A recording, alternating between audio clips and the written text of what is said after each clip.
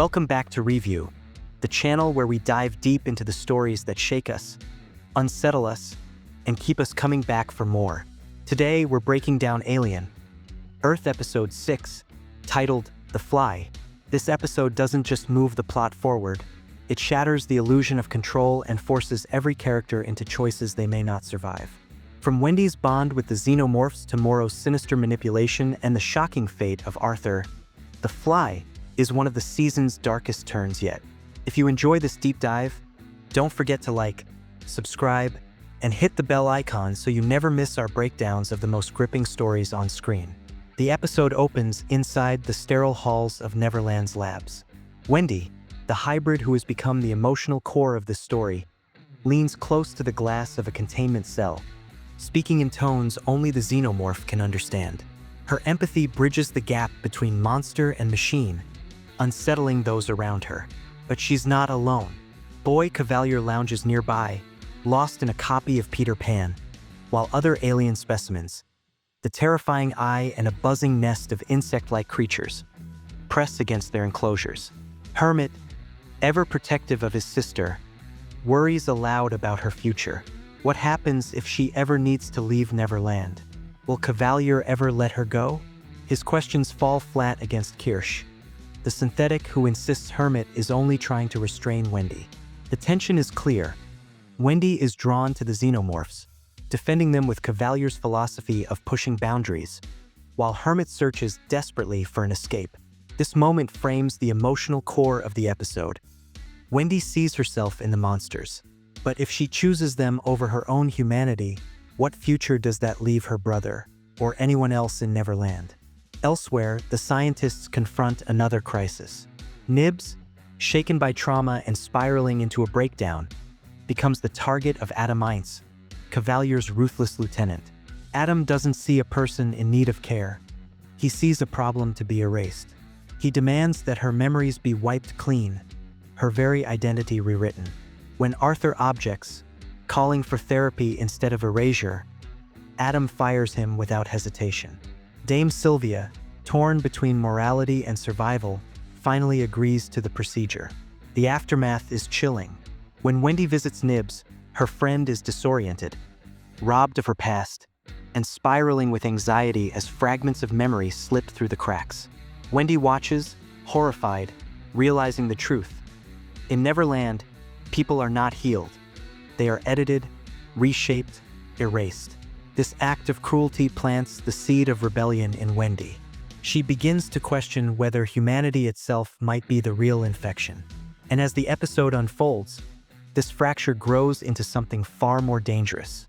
Corporate espionage takes center stage as Boy Cavalier struts into mediation with Yutani, his arrogance dripping from every word.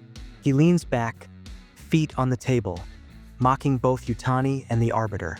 When she demands the return of the specimens, Cavalier accuses her of orchestrating the Maginot crash to sabotage Prodigy.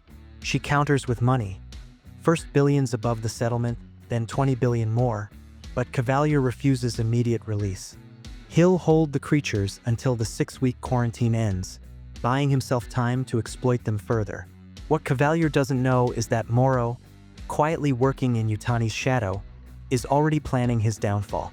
By destabilizing Neverland from within and recruiting assets like Slightly, he positions himself as the true power broker. This scene is a masterclass in dramatic irony. Cavalier believes he holds all the cards, yet the cracks in his empire are widening by the minute. The illusion of control has never felt thinner. One of the episode's most harrowing sequences belongs to Isaac. Tasked with feeding the alien specimens, he approaches with a childlike eagerness that makes what follows all the more brutal. The creatures don't eat flesh, they consume metal and stone. When the feeding system malfunctions, Isaac makes the fatal mistake of stepping inside the enclosure. The eye, locked in its host, watches silently as the buzzing swarm stirs. In a moment of panic, Isaac traps himself inside. The creatures descend, spitting acid that melts through his synthetic skin. He screams as his body dissolves, the swarm feasting on the remains of what was once human flesh and machine parts. This death is not just gruesome, it's symbolic. Isaac's naive belief in order and routine collides with the chaos of alien evolution.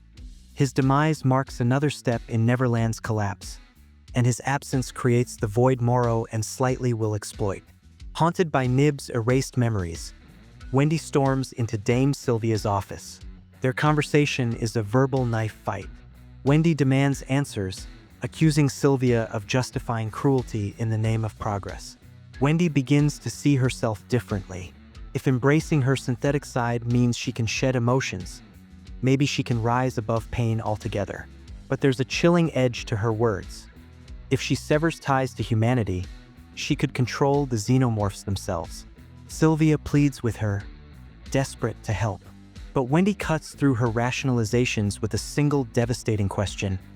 What if you're what's wrong? This is a turning point. Wendy is no longer just a hybrid caught between worlds. She's becoming a force that could tilt the balance of power. If she chooses control over compassion, Neverland may face something even deadlier than the xenomorphs. As the storm builds, Arthur, newly fired but still loyal to the Lost Boys, takes a risk. Speaking to Hermit through a computer, he disables the hybrid's trackers and secretly provides the codes to a boat, a potential escape route from Neverland. But salvation comes at a price. When Arthur investigates Isaac's disappearance, he walks into the secure lab where Slightly waits, caught in Morrow's web of manipulation. Arthur discovers Isaac's lifeless body, but before he can act, Slightly locks him inside with a waiting egg. A facehugger bursts forth, latching onto Arthur's face in a horrifying embrace. His screams are silenced as the creature claims him. Through the cameras, Kirsch watches silently, concealing the truth from Cavalier. Slightly, guilt-ridden but bound by Morrow's threats against his family, drags Arthur's unconscious body into the vents. The eye watches from its glass prison, its unblinking gaze a silent reminder. The downfall of Neverland is already in motion. By the episode's end, Neverland teeters on the brink. Cavalier still basks in arrogance, blind to the truth that his empire is rotting from within. Morrow pulls strings in the shadows, manipulating hybrids and corporate leaders alike. Wendy grows colder, her empathy for the xenomorphs hardening into something more dangerous. The dramatic irony is striking. Like Jurassic Park's doomed dream of control, Cavalier's empire is nothing more than a house of glass, and the creatures inside are already pressing against it. The Fly reminds us that the real monsters are not always the ones in cages. They are the ones who believe they hold power when, in truth, they are already losing it. Episode 6 of Alien, Earth is a turning point. 2 characters dead, alliances fractured, and the fragile balance of Neverland breaking apart. What began as a story of corporate greed has now become a story of survival, betrayal, and hubris. The question is no longer whether the xenomorphs will break free, it's who will remain standing when they do. So what do you think? Is Wendy becoming the most dangerous figure in Neverland? And do you think Hermit's escape plan will succeed? Or is it doomed before it even begins? Comment below with your thoughts. If you enjoyed this breakdown, don't forget to like, subscribe, and hit the bell icon so you don't miss the next deep dive from Review. Because if The Fly proves anything, it's that in the Alien universe, control is always just an illusion.